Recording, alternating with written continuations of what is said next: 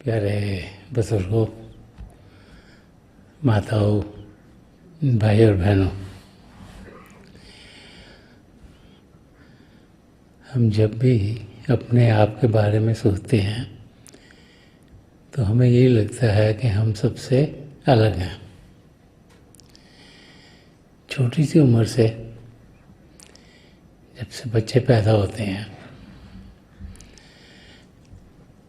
हर एक बच्चे के बोलने का तरीका, कुछ करने का तरीका, किसी और से बातचीत करने का तरीका सब अलग अलग रहता है। शक्लें सबकी अलग अलग हैं। तो उस माहौल में जब इंसान पलता है तो सोचता है कि हर एक चीज़ अलग अलग होगी, और ऐसे ही हम सबकी ज़िंदगी गुजरनी शुरू हो जाती है। अपने आप को अलग अलग सोचते सोचते हम सबकी यही कोशिश होती है कि हम औरों से कुछ बेहतर करें, कि हमारी ज़िंदगी में कुछ ऐसा हो जिसको बाकी लोग देखकर या सुनकर या जिसके बारे में जानकर इस नतीजे पे पहुँचे कि हमने कुछ खास किया है। और खास करते करते ये ज़िंदगी इंसान की गुजरनी शुरू हो जाती है। हम भूल जाते हैं कि असलियत में हम लोग एक दूसरे से अलग नहीं लेकिन जुड़े हुए हैं। जैसे जैसे इंसान की उम्र बढ़ती है तो हम देखते हैं कि अलग अलग दायरों में हम बंटने शुरू हो जाते हैं। अलग अलग धर्म हैं जिनको हम फॉलो करते हैं। हर एक धर्म यही सोचता है कि उनके धर्म को जो फॉलो कर रहा है उससे बेहतर और कोई है नहीं।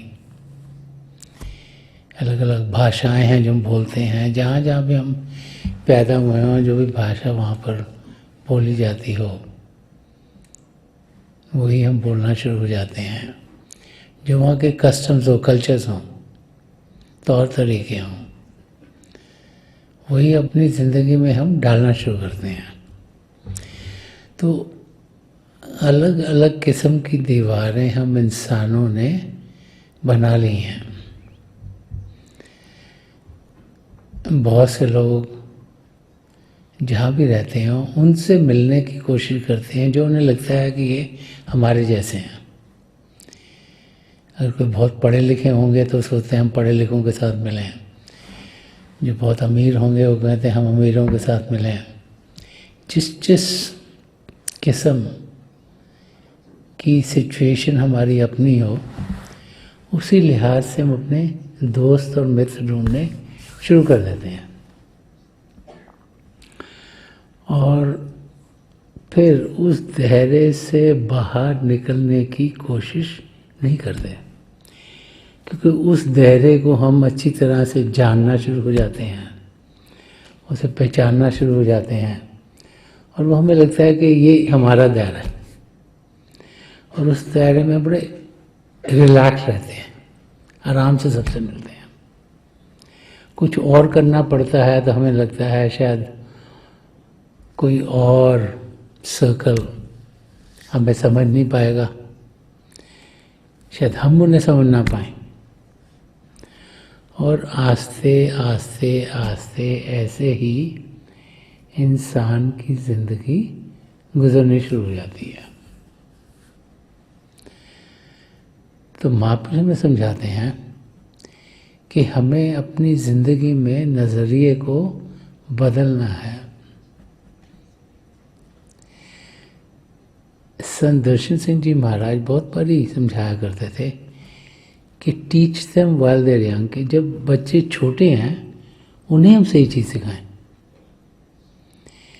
क्योंकि बच्चे एक कोरे कागज़ के माफक हैं जिसके ऊपर कुछ भी लिखा जा सकता है। अगर उन्हें शुरू से सिखाया जाएगा कि हम सब एक हैं, अगर उन्हें ऐसी शिक्षा मिलेगी जिसमें कि उस एकता का वो अनुभव कर पाएँ, जो कि तब कर पाएंगे जब उनका ध्यान अंदर की ओर जाएगा, जब वो ध्यान टिकाएंगे, मेडिटेट करेंगे।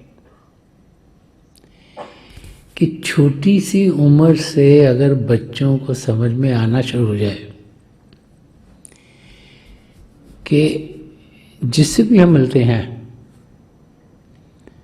उनके स्कूल में, जहाँ पर वो रह रहे हैं उस नेबरहुड में, या वैसे भी कि सब एक ही हैं, सब एक दूसरे से अलग नहीं हैं, तो हो सकता है कि फिर समय के साथ इस धरती पर शांति हो, लोग प्यार से एक दूसरे से मिलें और चीज़ें हम सबके लिए बेहतर हों। एक वाक़या दर्शाता है कि जब बच्चे सही होते हैं, उनकी समझ सही होती है, उनकी परवरिश सही होती है, तो फिर सारी दुनिया में ज़रूर शांति होगी और एकता होगी। ये वाक़या इंटरेस्टिंग सा है। एक पति पत्नी थे, उनका एक बच्चा था, छोटा लड़का। तो पति काम पे जाया करता था और जो माँ थी वो बच्चे का ख्याल करती थी, घर में रहती थी, जैसे कि बहुत सी फैमिलीज़ में होता है। तो एक दिन जब पति घर में आया काम से, तो जो उसकी पत्नी थी उसने कहा कि मुझे कुछ काम पड़ गया, मुझे बाज़ार जाके ये चीज़ लानी है घर के लिए, तो तुम बच्चे का ख्याल कर लेना। और जो पति था वो जब दफ्तर से आया था तो उसको लगा था घर में काफ़ी काम करने को है, तो उसको लगा हो अब मेरे को काम करना पड़ेगा, अब मैं हर बच्चे का ख्याल करूँगा तो मैं काम नहीं कर पाऊँगा। तो उसने बच्चे को कुछ कहा, तुम ये कर ले, तो वो कर ले, तो वो कर ले, छोटी छोटी चीज़ें करने को कहा और अपने काम में लगा था। तो जैसे बच्चे को उसने पहले कहा कि तुम ये करके आना, तो लगा 10-15 मिनट लगाएगा, तो 2 मिनट के बाद बच्चा आ गया कि मैं ये कर रहा हूँ। उन्होंने फिर बच्चे को कुछ और कहा कि तुम चलो ये कर ले, फिर 2 मिनट के बाद बच्चा फिर आ गया उसके पास कि मेरे साथ खेलो तुम। फिर उसने उसको कहा बच्चे को कि अच्छा ठीक है, तू ये वाली ना ड्राइंग बना के ले आ। तो 2 मिनट में एक ड्राइंग बना के ले आ कि मैं ले आया हूँ। तो उस जो पति था उसको लगा कि मैं अपना काम कैसे, ये तो 2 मिनट के बाद सब कुछ करके आ जाता है। तो उसने देखा बाई चांस के सामने एक मैगज़ीन पड़ी थी और मैगज़ीन में ना वर्ल्ड का मैप बना हुआ था। तो उसने कागज़ फाड़ा, उसके टुकड़े कर दिए, बहुत सारे टुकड़े करके सारे, कभी ऐसे फाड़ दिया, कभी ऐसे फाड़ दिया, कभी ऐसे फाड़ दिया। उसको लगा कि ये मैं बच्चे को देता हूँ और इतने सारे मैंने टुकड़े कर दिए, इनको तो जोड़ना आसान नहीं है। तो उसने सब टुकड़ों को अलग अलग उल्टे सीधे ले के रख के इकट्ठे करके गोल मोड़ करके बच्चे को दे दिए। कहा कि ये जो दुनिया का नक्शा है इसको बना के लेके आओ। तो हूँ तो मैं घंटे के लिए आराम से सुख चैन से अपना काम करूँगा। तो 2 मिनट में बच्चा आ गया कि डैड मैंने तो कर लिया। उन्होंने कहा तूने सारा नक्शा बना लिया? मैंने कहा हाँ मैं नक्शा बना लिया, तूने मेरे को दिखा। तो उसने दिखाया, नक्शा पूरा बना हुआ था, बिल्कुल जैसे दुनिया का नक्शा पूरा ठीक था। तो पिताजी ने पूछा बच्चे से कि तूने नक्शा कैसे बना लिया? तो उसने कहा कि इसके पीछे एक बच्चे की शक्ल थी, जब मैंने बच्चे को जोड़ा तो खुद ब खुद दुनिया जुड़ गई। तो ज़िंदगी में ऐसे ही होता है। अगर हम अपने बच्चों को सिखा पाएँ कि ज़िंदगी का सही मकसद क्या है, तो हम देखेंगे कि सारी दुनिया में शांति होगी। अगर बच्चों को समझ में आ जाए कि ये जो दुनिया बनी है ये प्रभु ने हमें प्रभु से प्रेम करने के लिए दी है, ये जो प्रभु ने दुनिया बनाई है इसलिए बनाई है कि जो हमारा असली रूप है उसकी हम जानकारी पा सकें। अगर शुरू से बच्चों की ज़िंदगी में ग्रेन होना शुरू हो जाए, उनको समझाना शुरू कर दिया जाए और वो इसको अनुभव भी करें, खाली सुने नहीं, मगर ये देखें कि उनके माँ बाप भी वैसे ही करते हैं। अगर हम बच्चों को कहते हैं तुम अभ्यास करो, आंखें बंद करके बैठो, तुम्हें कुछ सुनाई देगा, रोशनी दिखेगी, तो अगर वो हमें बैठते हुए नहीं देखते तो फिर उन पर कोई असर नहीं पड़ता। लेकिन अगर हम खुद समय निकाल कर बाकायदगी से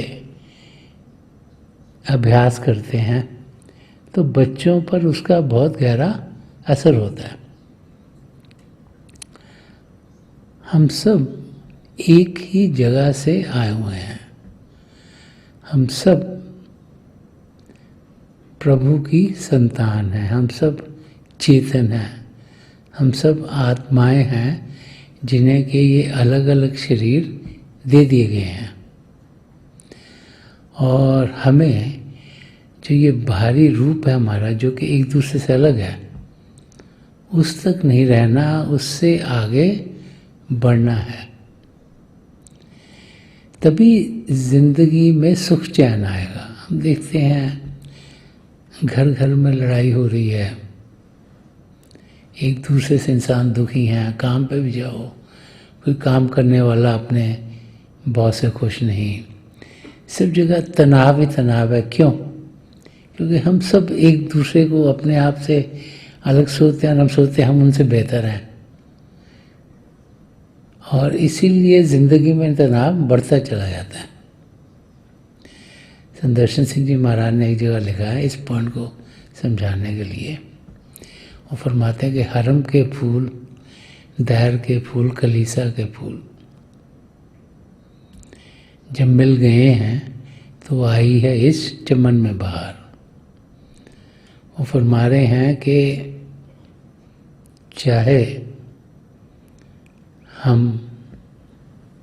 गिरजे में जा रहे हों प्रभु को पाने के लिए, चाहे हम मॉस्क में जा रहे हों प्रभु को पाने के लिए, चाहे हम मंदिर में जा रहे हैं प्रभु को पाने के लिए, हम वह करने के जाते हैं, प्रभु को पाने के लिए जाते हैं ना।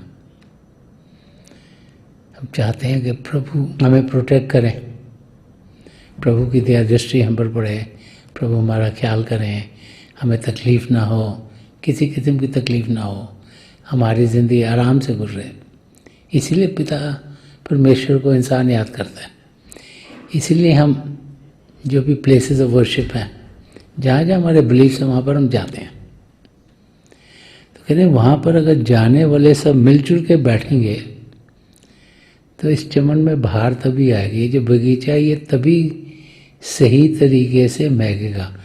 अब बगीचे में तरह तरह के फूल होते हैं, लगता है कि इसकी भी खुशबू है, इसकी भी खुशबू है, इसकी भी खुशबू है, देखने में चाहे अलग लगे पर हैं तो सारे फूल। वही हालत हम इंसानों की है, चाहे हम एक धर्म को मान रहे हों, चाहे दूसरे को मान रहे हों, चाहे तीसरे को मान रहे हों, लेकिन असल में हम एक आत्मा हैं। वो आत्मा जो चेतन है, वो आत्मा जो प्रभु के प्रेम से भरपूर है, वो आत्मा जो जब तक इस शरीर में रहेगी तब तक ये शरीर जीवित रहेगा। लेकिन जब वो आत्मा सदा सदा के लिए शरीर को छोड़ देती है तो हम कहते हैं कि इस इंसान की शारीरिक मौत हो गई है, कि ये शरीर बेकाम हो जाता है, कुछ कर नहीं पाता। ना इंसान देख पाता है, ना सुन पाता है, ना सूंघ सकता है, ना चख सकता है, नहीं स्पर्श की कोई फीलिंग रहती है। क्योंकि जो ताकत इस शरीर को चलाने वाली थी वो इसे सदा सदा के लिए छोड़ के चली गई। हमें उस ताकत का अनुभव करने के लिए ये मानव चोला दिया गया। हम सबको यहाँ एक शिव नेत्र या 10वां द्वार या सिंगल या थर्ड आई गए हैं, वो प्रभु ने दिया है, जिसके ज़रिए हम अंदर की दुनिया में जाने के लायक हो सकते हैं। वो तो पिता परमेश्वर ने हमें दे दिया,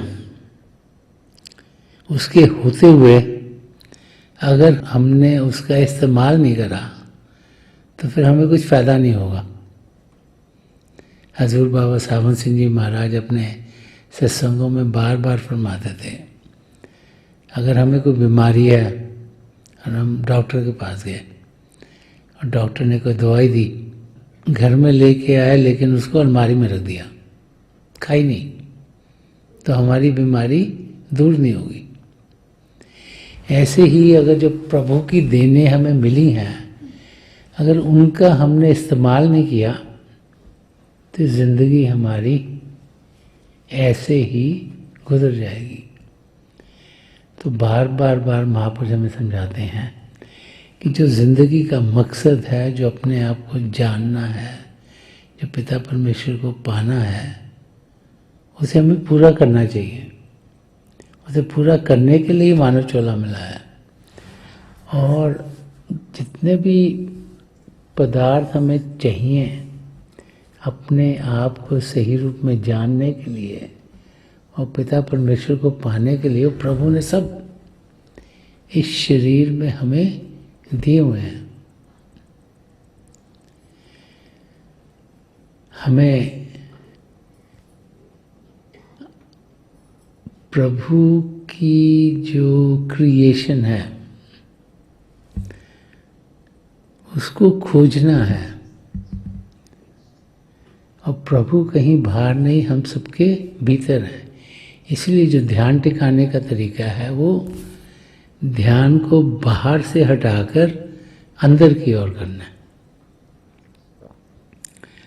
बुल्ले शाह जिन्होंने बहुत कुछ रूहानियत रास्ते के बारे में लिखा है और बहुत कुछ प्रभु से प्रेम और अपने सद्गुरु से प्रेम के बारे में लिखा है, क्योंकि उन्होंने समझ लिया कि प्रभु को पाना है तो प्रेम का रास्ता इख्तियार करना होगा। तो कहते हैं कि बुल्ले शाह जब असलियत की खोज के लिए बढ़े तो बहुत सी जगहों पर गए, कई संत महापुरुषों के पास गए, कभी यहाँ जाएं, कभी यहाँ जाएं, कभी यहाँ जाएं, असलियत ढूंढने के लिए, लेकिन उन्हें तसल्ली नहीं हो रही थी। जो वो चाह रहे थे वो उन्हें मिल नहीं रहा था। तो किसी ने उन्हें कहा कि ये एक संत महात्मा, उनके पास जाओ, इनका नाम इनायत शाह था। वो एक गार्डनर थे बाय प्रोफेशन, बगीचों का ख्याल करते थे। तो उस समय में क्या होता था, जब कोई शिष्य प्रभु की जानकारी के लिए बढ़ता था तो फिर किसी सद्गुरु की शरण में जाके उनके साथ रहता था या उनके आश्रम में या सेवा करनी शुरू कर देता था, और आस्ते आस्ते आस्ते उसको समझ में आना शुरू हो जाता था कि रास्ता सही है क्या। तो बुल्ले शाह भी इनायत शाह जी के पास पहुंचा और उनसे, नौजवान था ये, तो उनसे कहा कि मुझे तो प्रभु की खोज करनी है। तो उन्होंने कहा ठीक है, तुम यहाँ पर आए हो, तुम ना ये सेवा करो कि यहाँ इस एरिया में जो खेती बाड़ी हो रही है, जो भी प्लांट्स के साथ किया जा रहा है, तुम उस और लग जाओ। तुमने एक दिन करा, 2 दिन करा, ऐसे हफ्ता निकल गया, थोड़ा टाइम और निकल गया। तो सोचने लगा कि मैं तो यहाँ प्रभु को पाने के लिए आऊँ, मैं तो सिर्फ पेड़ पौधों के साथ ही लगा हुआ हूँ, तो इसे पता नहीं क्या मुझे मिलेगा। तो इनायत शाह जी के पास गया, उनसे कहा कि मैं तो प्रभु को जानने के लिए आया हूँ, अपने आप को जानने के लिए आऊँ, लेकिन आपने तो मुझे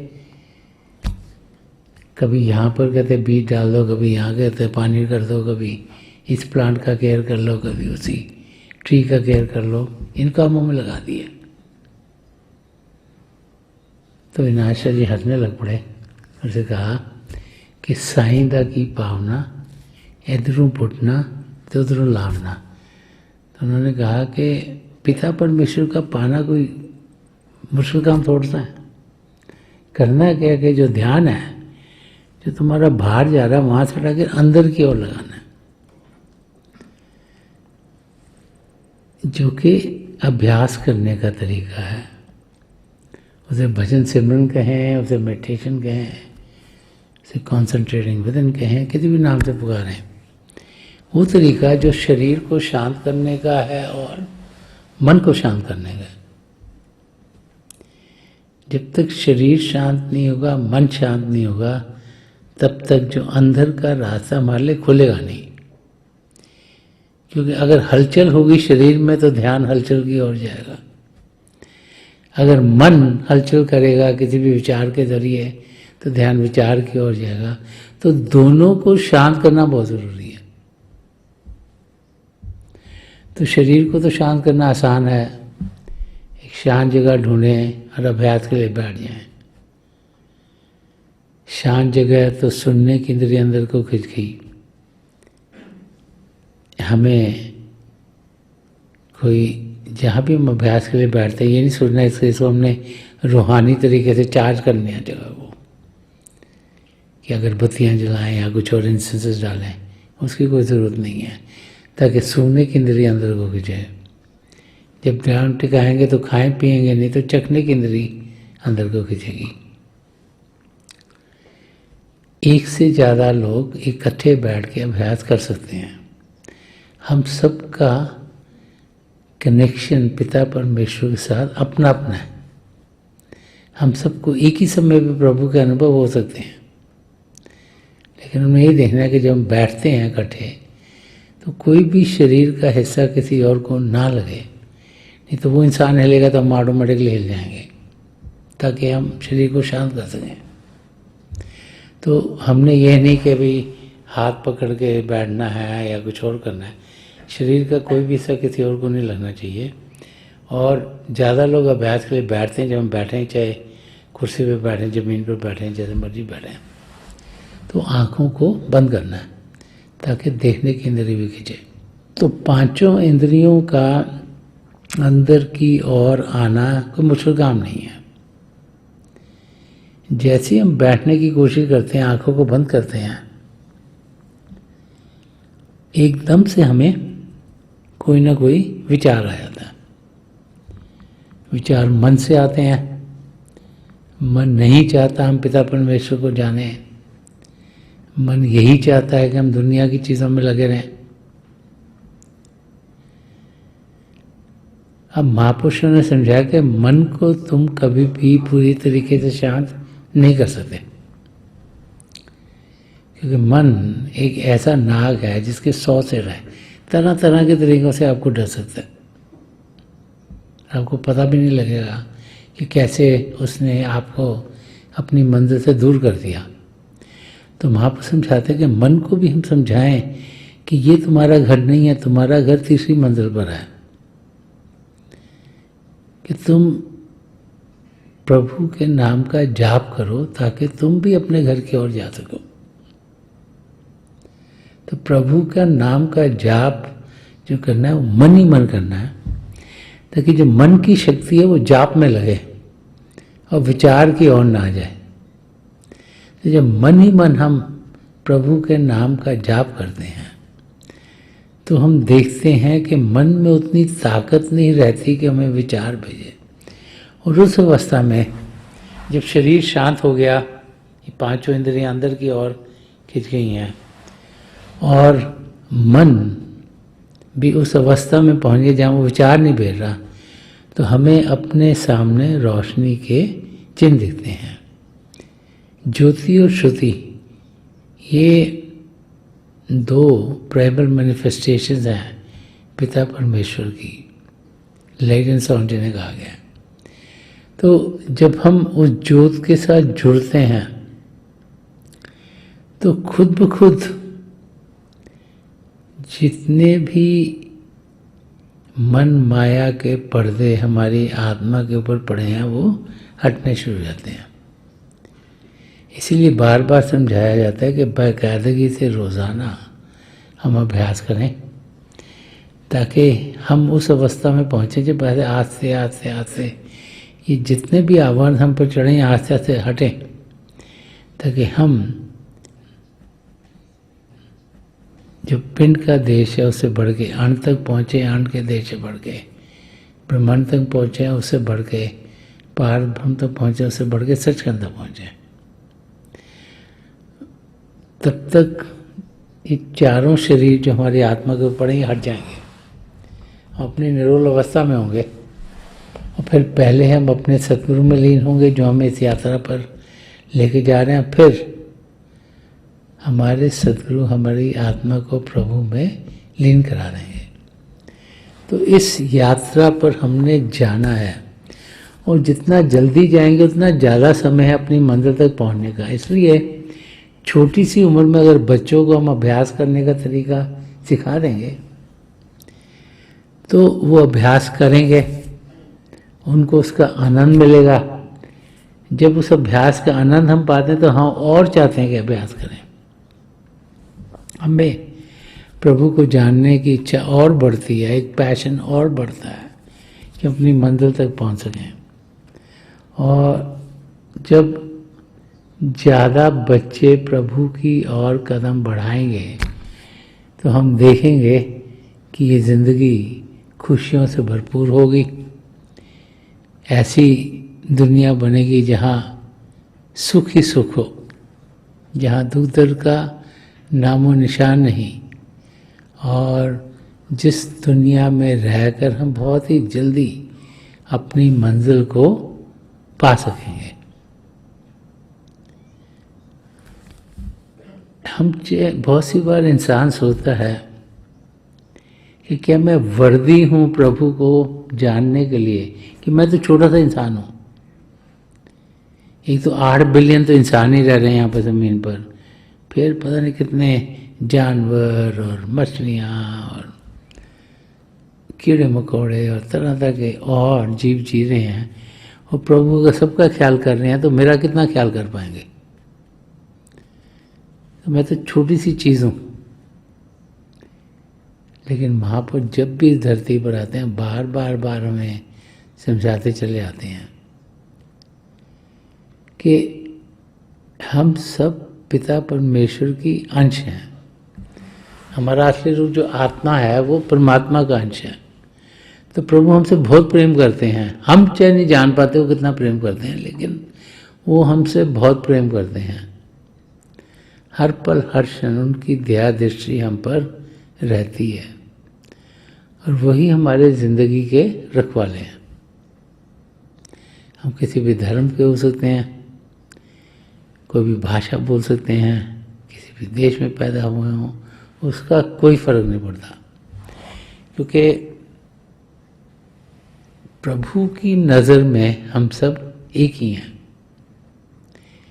इंसानों की नज़र में हम सब अलग अलग हैं, लेकिन संतों महात्माओं की नज़र में और पिता परमेश्वर की नज़र में हम सब एक ही। हमें उस अवस्था तक पहुंचना है और हम सब उस अवस्था तक पहुंच सकते हैं जिसमें कि हर एक जीव में हमें प्रभु के दर्शन हो। संत दर्शन सिंह जी महाराज को किसी ने एक बार ही पूछा कि ये तो हमने बहुत देखा है कि जो शिष्य है वो हाथ जोड़कर अपने सद्गुरु को नमन करता है, लेकिन आप क्यों हाथ जोड़ के अपने शिष्यों को नमन करते, ये हमने देखा नहीं कभी। तो उन्होंने बड़े प्यार से समझाया कि जब मैं किसी को भी देखता हूँ तो उसमें मुझे प्रभु का रूप दिखाई देता है और मैं प्रभु के रूप को नमन कर रहा हूँ, जो मुझे चाहे कोई शिष्य हो चाहे कोई और उसमें दिखाई दे रहा है। तो जब महापुरुष आते हैं तो हमारा बाहरी रूप नहीं देख रहे होते, उनका ध्यान हमारी आत्मा की ओर होता है। वो चाहते हैं कि हमारी आत्मा में उन्नति हो, वो चाहते हैं हम अपनी मंजिल की ओर बढ़ें, वो चाहते हैं कि हम अपने आप को आत्मिक रूप में देख के फिर उस आत्मा का मिलाप परमात्मा में करा सकें। उन्हें मालूम है कि इसी कार्य के लिए उन्हें भेजा गया है और वो हर समय यही हमारी ज़िंदगी में लाते रहते हैं कि हमारा ध्यान प्रभु की ओर बढ़े, हम भजन अभ्यास करें, हम शरीर से ऊपर उठ पाएँ और हम अपनी मंजिल की ओर तेज़ी से बढ़ पाएँ। तो थोड़ी देर के लिए आप सब अभ्यास के लिए बैठ जाइएगा। आप जहाँ भी बैठे आराम से बैठिएगा, अपनी आँखों को बंद कर लीजिएगा और ये जो आँखों के डिले आईब्रोज हैं ये सीधे सामने होने चाहिए, जैसे 8-10 इंच हमारे सामने फोकस हैं। आंखें बंद करते ही वो भाई बहन जिन्हें नाम की देन मिली है आप सिमरन कीजिएगा, और वो भाई बहन जो यहाँ नए हैं आप पिता परमेश्वर के किसी भी जाति नाम का जाप कीजिएगा। जाप मन ही मन कीजिएगा, ऊंचा नहीं दोहराना। आपके सामने आपको रोशनी के चिन्ह दिखेंगे। हो सकता है ऐसे लगे रोशनी आगे जा रही है, हो सकता है रोशनी के चक्र हो सकता है कि रोशनियाँ टिकी हुई हों।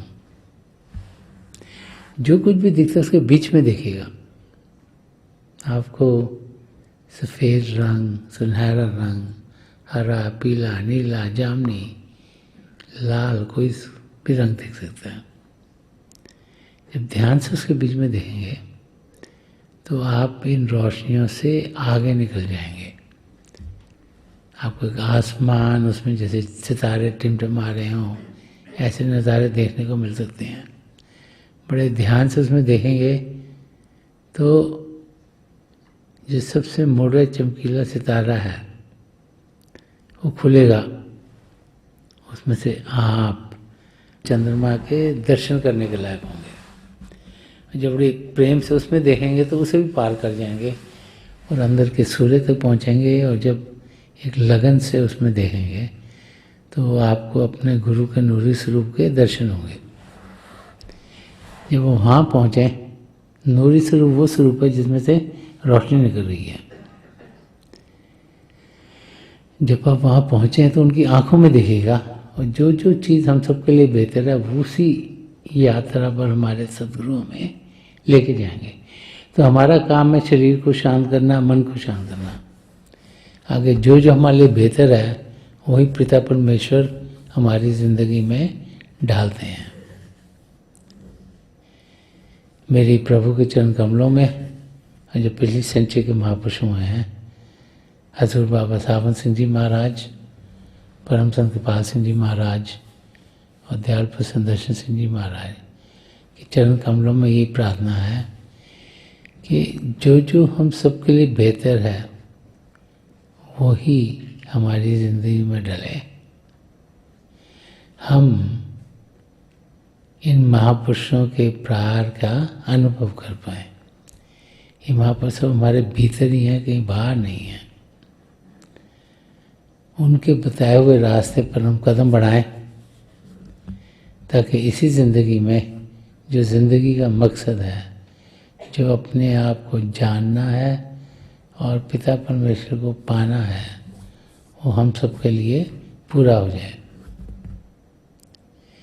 थोड़ी देर के लिए हम इस अभ्यास के लिए बैठेंगे और फिर मैं आपको इस अभ्यास से उठाऊंगा और मेरी शुभकामनाएं आप सबके साथ हैं।